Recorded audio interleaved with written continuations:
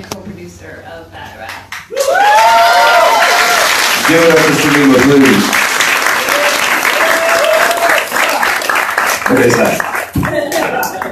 My name is Lyrics. I'm one out of the 4 rappers that were in the movie. Do you guys like the movie? All right, so, I mean, what was the genesis of this? Like, how did you guys even come together to make this project happen? To be honest, when I was at Columbia and I was doing my documentary thesis. I wanted to do a documentary about K-pop artists.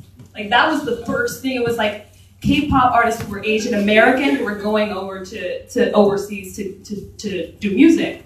And Jay Key, at the time I didn't know him, but he'd written this article where he interviewed G-Dragon for XXL.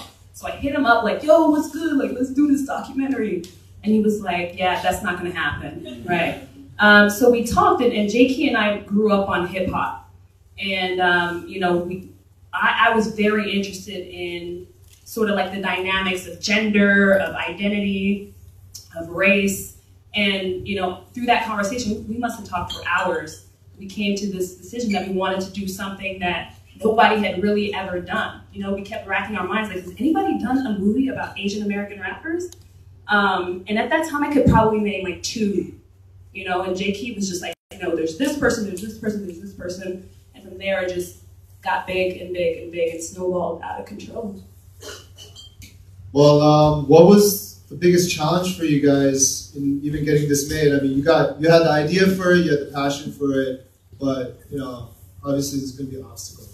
Yeah, I mean, as Salima mentioned, when we first started this project, she was a full-time student and I was a full-time employee for a publication called XXL. So first of all, it was just like the fact that we had to juggle these 2 things. And after she graduated, she had a full-time job as a news producer at the time while I was like pursuing these entrepreneurial like ventures. So, like, I mean, as much, I know these guys are like, so like millennial generation, right? It's like, yeah, no, but, so yeah, like, I guess that was always one of the biggest challenges, like, to try to juggle these 2 things, like, where this Bad Rap project, when we first started, nobody, you know, we had no idea that it was going to basically take on a life form of its own. Right now, it's like our kid. Like we have to look after it like on a daily basis, you know. So if anything, is actually still the challenge for us to take it to the next step so that we could get it to a bigger audience. Preach. I mean, it's hard for them because that's what they're juggling with, you know, because of the lifestyle. For an artist to be asked to do a documentary, what we're scared about is, like, we're afraid to put out albums or put out projects because we don't want to come off, you know, it has to be exactly how I envision it, you know what I mean? But to give someone the responsibility and the faith and the trust to be like, okay, you can document me for 3 years, you know, I guess witness my growth, see my faults, my shortcomings, all these little idiosyncrasies that you don't think about when you see it from the third person. I was like, all right, yo, Salima, that was the hardest part for me. I was like, what if my life isn't exciting enough? What if my content, you know, it's not heavy enough? What if this documentary comes out and we don't succeed? And I just become that rapper that wasn't that Asian rapper documentary. You know, it was like a jump off the cliff, but it required faith, and that was the hard thing for an artist. And I think I can say this for all 4 of us, was, you know, everything's archivable, and, you know, the audience is huge. And in this medium, like, it's gonna live forever. I think she did a great job, right?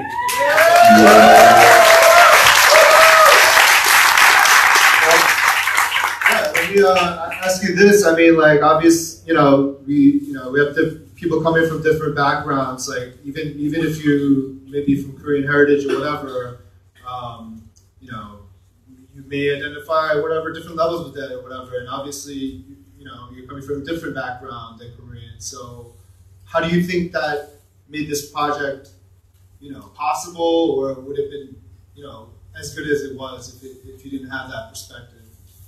One thing about working with Jay Key, I mean, when you work with somebody, you are with them every day. So it's like a relationship, right? And sometimes you hate each other and sometimes you love each other.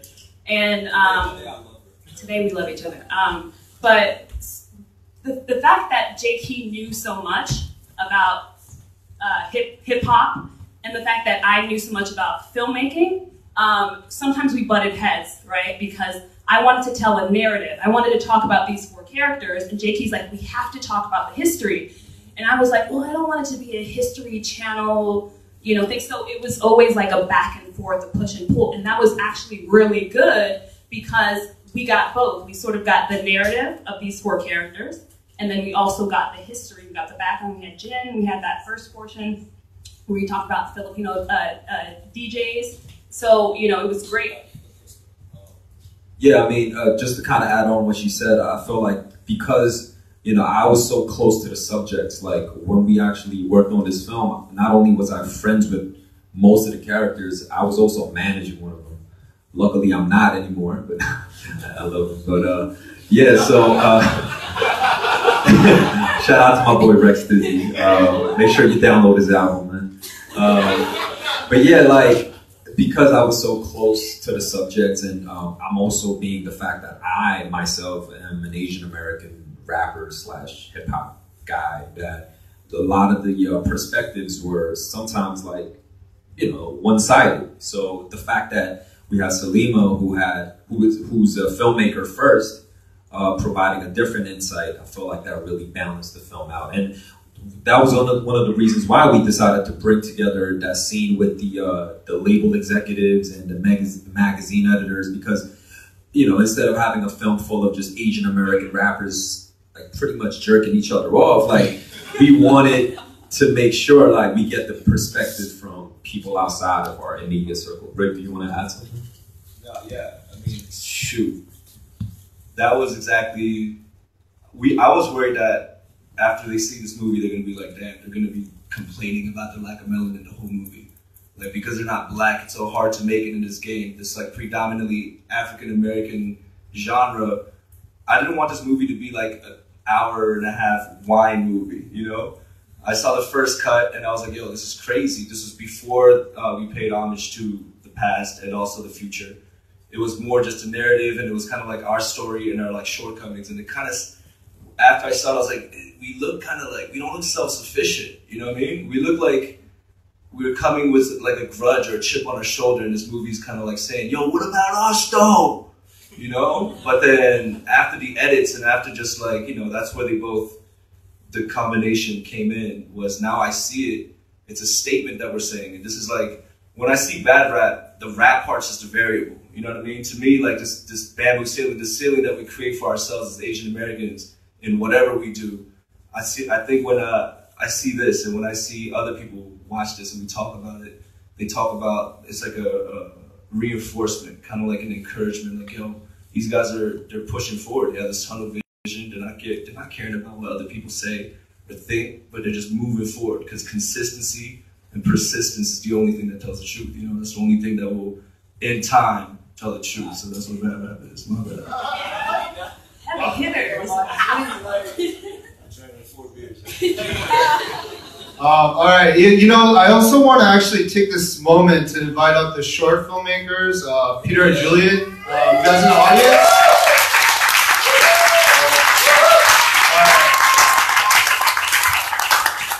I mean, I think, it's to pair these 2 movies, you might as well take the opportunity to really understand like where people are coming with their... While they're sitting down, Lyrics, I want to ask you, after watching that... I was about to say that. Hold on, that was set up, right? That shit was fucked up, because that was like an ambush. I had that conversation. That was my dad, yo. That was my dad. It wasn't a cab, it was a dry cleaner delivery van. But we had that same situation. Now we got, it wasn't the car broke down, but we had that talk. Like, Chongqing trying to go out. Are you gonna really do this? And then I was, it's a tear-jerking movie, so I wasn't gonna cry. But then I saw the conveyor machines at the end, the dry cleaners, and I just lost it. It's beautiful. We should always use that as the preface for bad rap. That's crazy. Just I know I don't want to go too preachy, but self-sufficiency, that's like the common denominator for both our movies. I feel like our parents are super strict because they're immigrants that came here with blue collar, jobs, and all the strictness and all the bitchiness and all this like studying for SAT since 4th grade, all that. When I was growing up, I was like, what the fuck? Like, what is this? But then as my parents get older, and I see the mortality, and I see that they're about to go, and they're too fatigued to beat me anymore. At the end of the day, what it was, yo, if I leave, are you self-sufficient? You feel what I'm saying? Like, are you gonna be okay? Like, like, are you gonna be good? And then that's what I saw in that movie. And then with us, Bad Rap, we don't want leeway because we're Asian. We don't be like, oh, he's a good Asian rapper. It's not like, oh, that's a good white basketball player. Nah, we're basketball players. We're MCs. We're rappers. Are we self-sufficient in that way without using the Asian thing? And I feel like, when I saw Cortex shit and I saw Bad Rap, that combination makes some noise, man.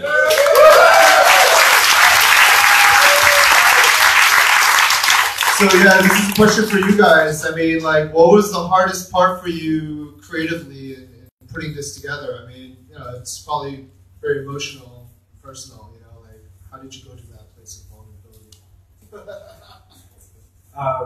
I guess definitely writing the film was hard.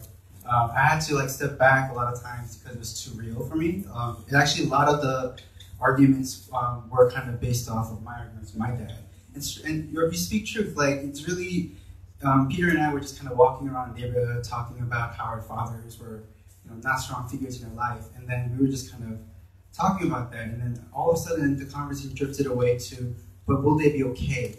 And I started crying in the middle of the street. And then we were like, let's just try to make a movie about that. And then just talking about our dads and our fathers and our parents, basically. And so that's kind of like where our inspiration started. And I think that was the hardest thing. And then, yeah, that's the hardest thing for me. Well, how did, these movies are obviously, not funded by like some big company or something. So how did you guys find out that the community, kind of helped you put the projects together? We have to say Korean American Stories.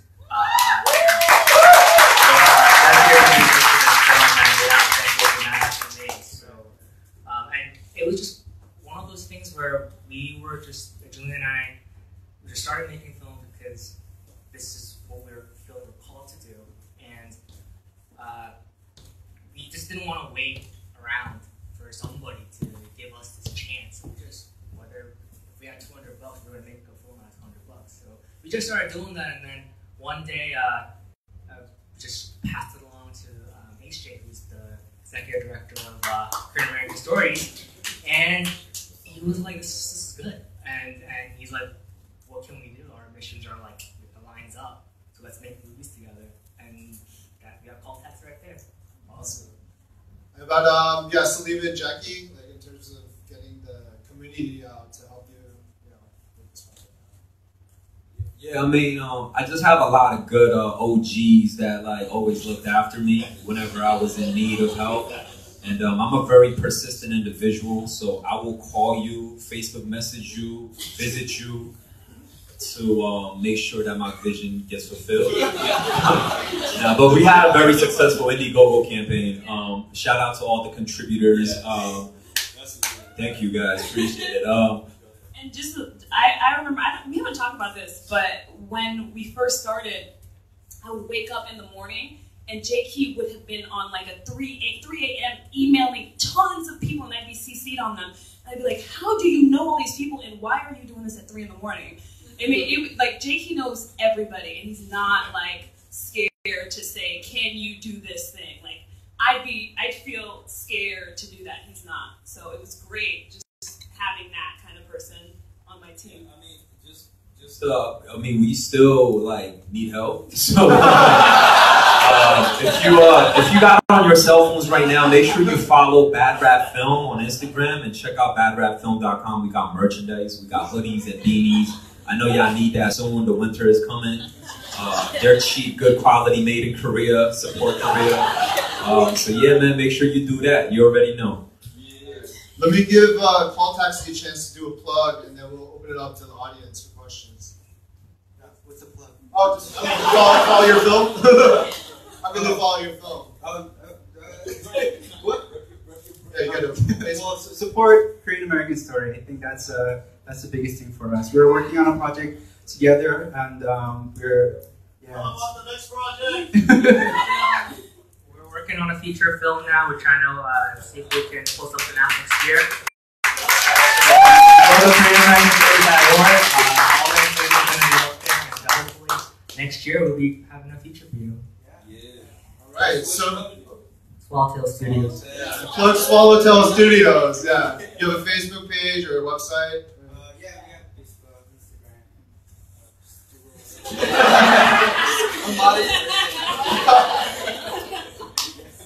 All right, so opening up to the audience. Who's got a question? I'll repeat it so everyone can hear.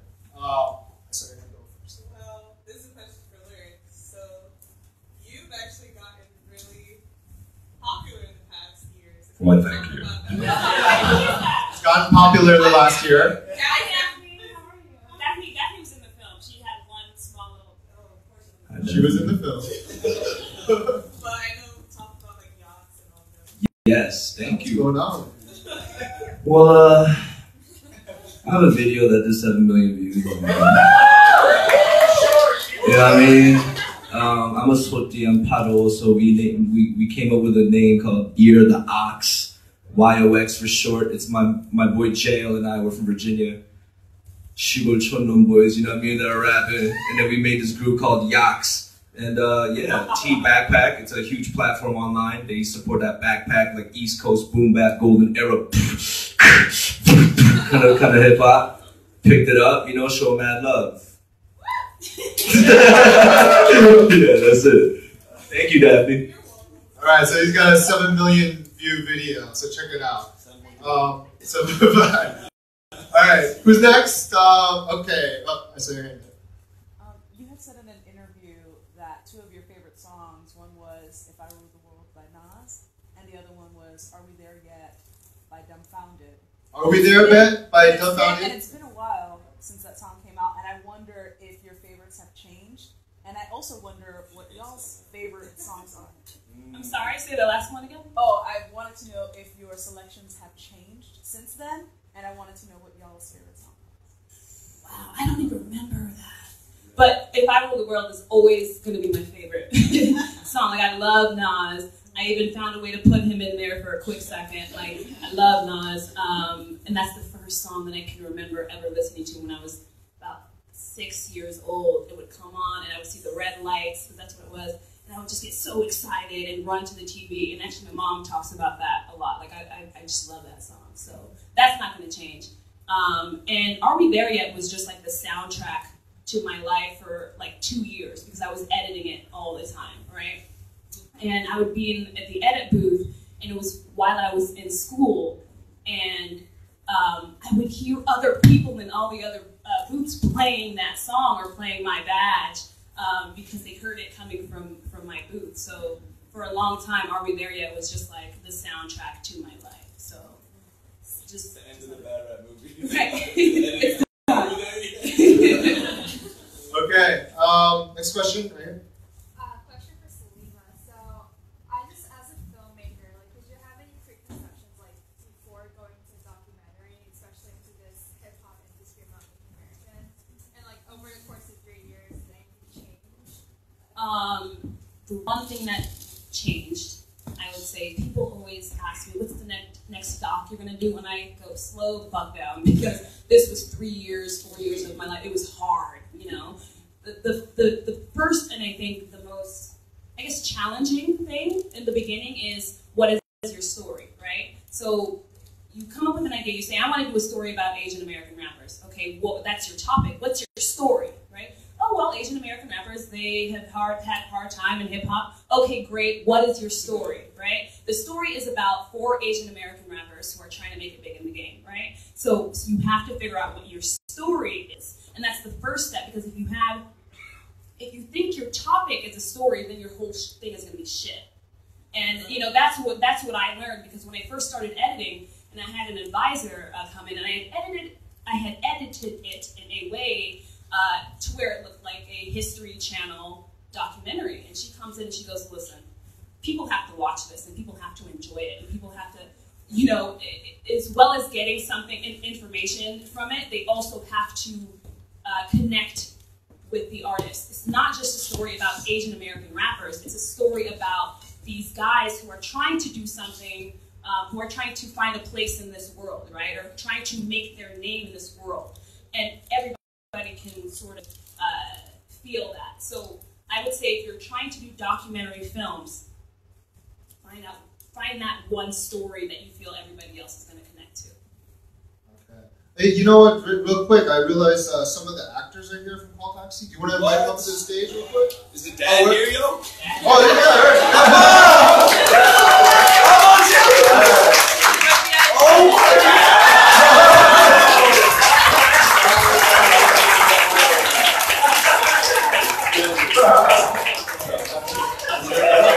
Alright. Awesome. So, yeah, why don't you introduce yourselves real quick?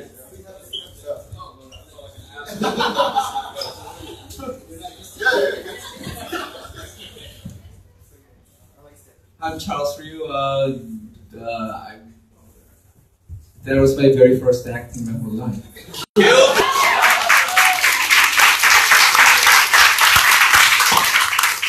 My name is Yoon Jung, and I'm an actor. And I recently just got my TLC license, which is the acting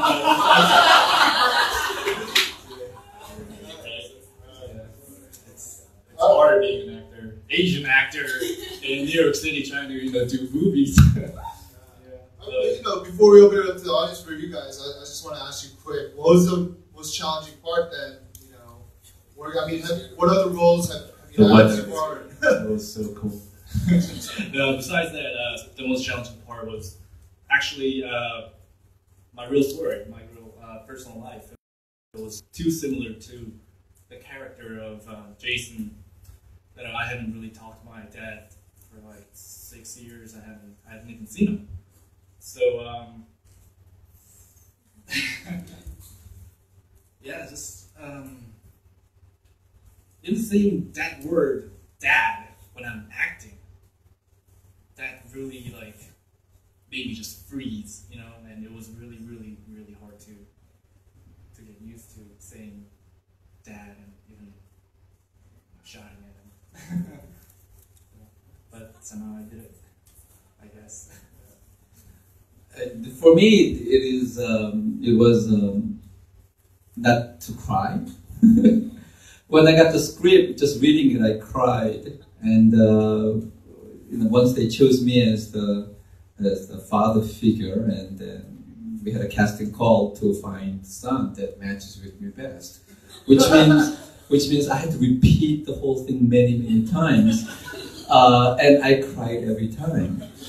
And I went home that night exhausted after casting, and I fell asleep and woke up after about 3 hours later, just wailing because I felt the whole pains of this generational pain that Asian American communities or any immigrant communities go through, just all converge in this universal,